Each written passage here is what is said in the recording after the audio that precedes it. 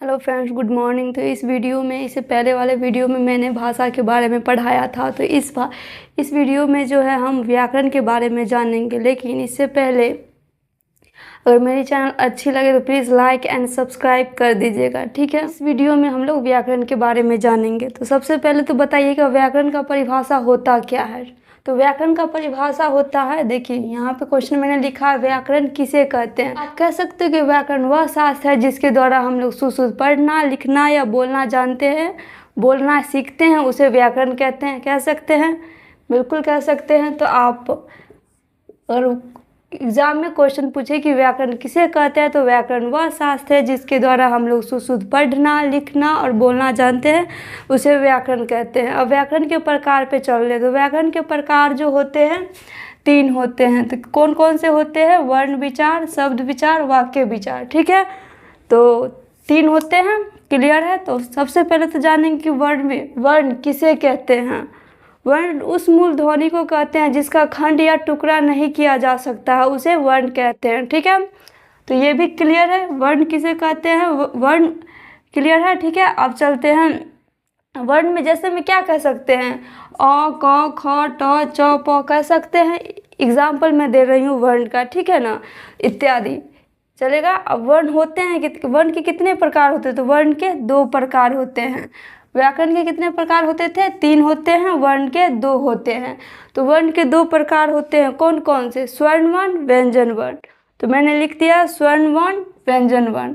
अब सबसे पहले जानेंगे कि स्वर्ण वर्ण किसे कहते हैं। स्वर्ण वर्ण किसे कहते हैं? तो स्वर्ण वर्ण किसे कहते हैं? स्वर्ण वर्ण उसे कहते हैं जिसका उच्चारण किसी भी वर्ण के बिना हो जाता है, उसे स्वर्ण वर्ण कहते हैं, ठीक है। मैं लिख देती हूँ, जिसका उच्चारण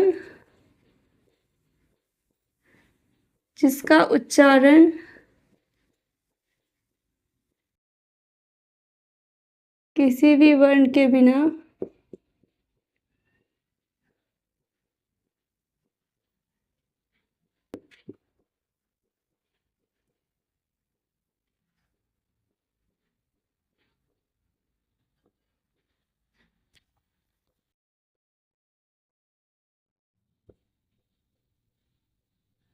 तो स्वर्ण वर्ण किसे कहेंगे? जिसका उच्चारण किसी भी वर्ण के बिना हो जाता है, उसे स्वर्ण वर्ण कहेंगे। जैसे में आप क्या कह सकते हो,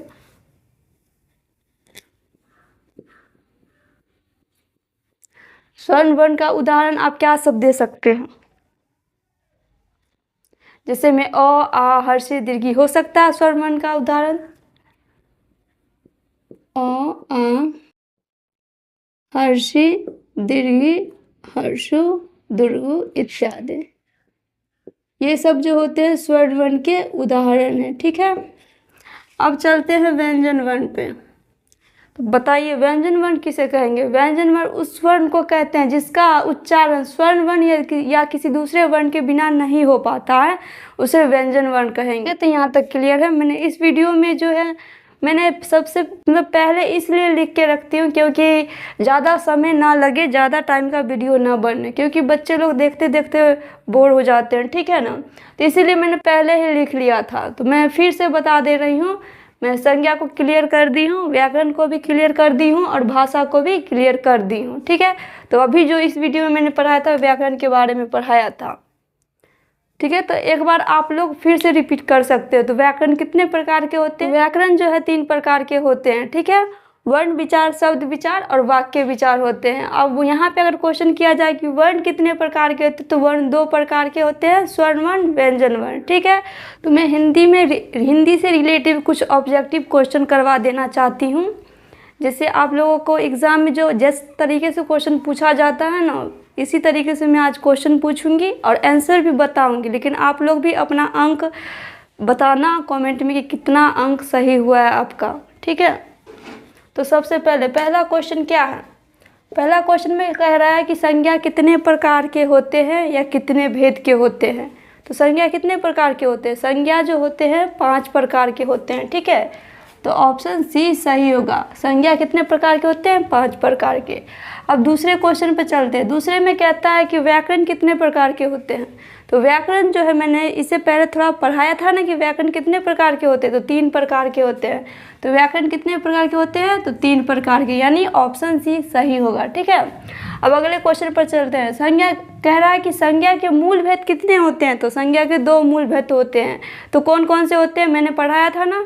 तो एक होता है यथार्थवाचक संज्ञा, दूसरा होता है भाववाचक संज्ञा। ठीक है, तो क्लियर है। संज्ञा के मूल भेद 2 होते हैं, यथार्थवाचक संज्ञा और भाववाचक संज्ञा। अब चलते हैं चौथे क्वेश्चन पे। चौथे क्वेश्चन में क्या कर रहा है? भारत देश में सरकारी कामकाजों में कितनी भाषाओं का प्रयोग किया जाता है? तो बताइए कि भारत देश में सरकारी कामकाजों में कितने भाषाओं का प्रयोग किया जाता है? तो सरकारी कामकाजों में जो है 2 भाषा का प्रयोग किया जाता है। अगर एग्जाम में आए तो ध्यान से बनाना, 2। ठीक है, अब अगले क्वेश्चन पर चलते हैं। वर्ण कितने प्रकार के होते हैं?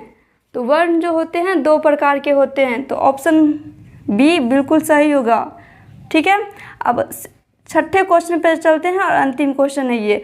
जो विशेषण की विशेषता को बतलाता है उसे क्या कहते हैं? तो मैंने तो विशेषण के बारे में अभी पढ़ाया नहीं, लेकिन पढ़ा दूंगी। लेकिन अभी मैं ये ऑब्जेक्टिव में बता दे रही हूँ। तो जो विशेषण को विशेषता को बतलाता है उसे जो विशेषण की विशेषता को बतलाता है उसे जो है प्रविशेषण कहते हैं। ठीक, ऑप्शन ए बिल्कुल सही है। ठीक है, तो इस वीडियो में यहीं तक। अगर मेरी वीडियो अच्छी लगे तो प्लीज़ लाइक एंड सब्सक्राइब कर दीजिएगा।